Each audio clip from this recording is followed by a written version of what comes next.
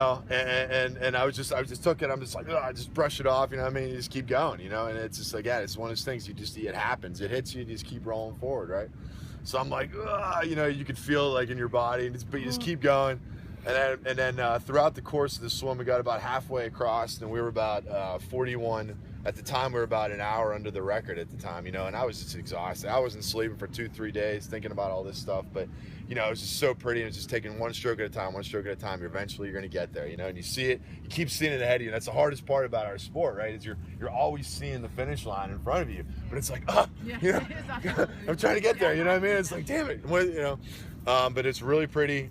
We kept going forward. So about another hour in, take another man of war sting, and another hour. So about a 4-hour period, I took 3 of them.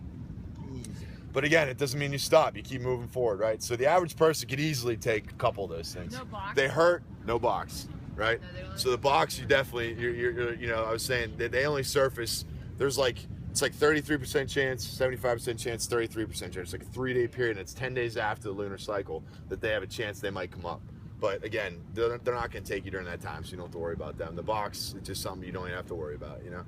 But we're swimming in, we keep going. And again, it's just wide open swells. I mean, it's like unlike any of the other places in the world I've swam before. It's just huge, massive ocean swells, you know. It's almost like an elevator taking you up, and your boat's way down here, and then it switches, you know what I mean? And you're like, oh my God, where's my kayak? And the kayak at times, these waves are so big, I mean, you don't see anything. It's crazy.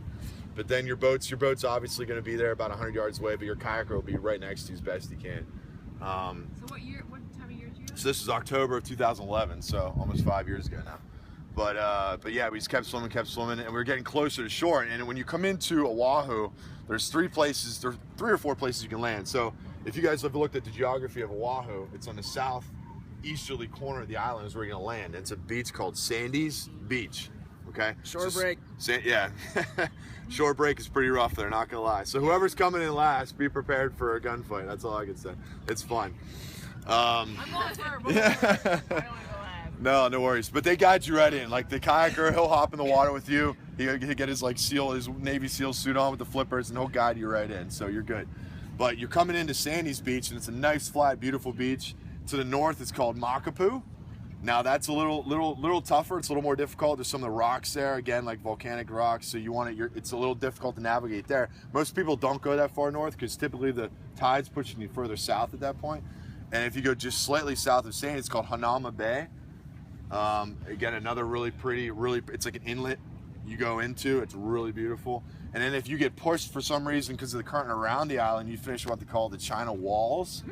So the China Walls are essentially literally just like a rock face, and the waves crash up to it, and you have to like literally grab it and pull yourself out. So some people have finished at all 3 of this place. So if you're quick and you get across at a decent time, depending on, obviously everything's dependent on Mother Nature, but ideally you're going to finish at Sandy's. If you get pushed in Hanama Bay, that's a nice clean inlet to get into. But even if you guys get pushed around for some reason, which I doubt, you know, you can finish at China Walls, no problem there. So there's like 4 different places you can land when you're going in, you know. But again, it's a straight shot. You know, currents you don't really have to worry about. You know, Catalina, straight shot, right? English Channel, you guys kind of went whoop, whoop, all over the place. Some in the S pattern, right? Yeah. So that's that. With this one, it's a pretty straight shot across. We finished it 12 hours and 12 minutes. I remember coming into Molokai, and just like you said with the shore break, yeah. You know, I remember I was about 50 yards off the coast. And I always remember I'm swimming, and I remember you could feel it pushing you south, the current. And I remember looking down, and I could just see this turtle. It was a giant green sea turtle. Wow. And I swear he was looking up, and he was just laughing at me, you know, because I'm just giving it everything I have. And then all of a sudden, I just felt this like jet propulsion, like just pushed me up on the wave. And it just like, boom, crash in, rolled a couple times, jumped up, ran up. Nice. And I remember Jeff yelling, dry sand, because at first I flopped down early, and I had to get back up and run another like 25 yards up.